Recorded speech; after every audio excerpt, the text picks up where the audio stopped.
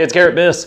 Hope you're having a great day. Thanks for checking out this video. So I've been talking a lot about the role of meaning and how it correlates with addiction and how important it is in recovery.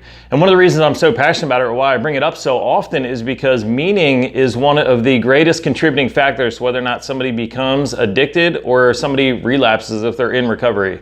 And whether or not somebody has a strong sense of meaning or they lack a sense of meaning in their life, this is one thing that we can actually control. There's a lot of contributing factors that lead somebody down that path toward addiction that can't be controlled, whether it's genetic makeup, whether it's adverse childhood experience, whether it's some trauma that somebody faced, or just the addictive nature of substances that somebody might be introduced to. All these things have strong correlation to or can be causal factors for somebody manifesting addiction or relapsing in their recovery.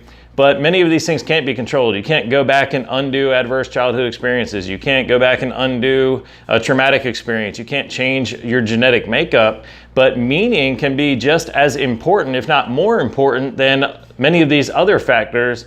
And it's one thing that you can control. Now, one of the reasons that this kind of like comes to mind for me, or one of the reasons that I understand the importance, is by looking at some of the populations that are at greatest risk for developing addiction. So many people that manifest or fall into addiction in their lifetime, they're exposed to addictive substances or behaviors early on, so while they're still in their adolescence, and this does things that prime them to be more susceptible to addiction later on. But if you look at, there's some other populations that have very high rates of addiction and later in life manifestations of addiction.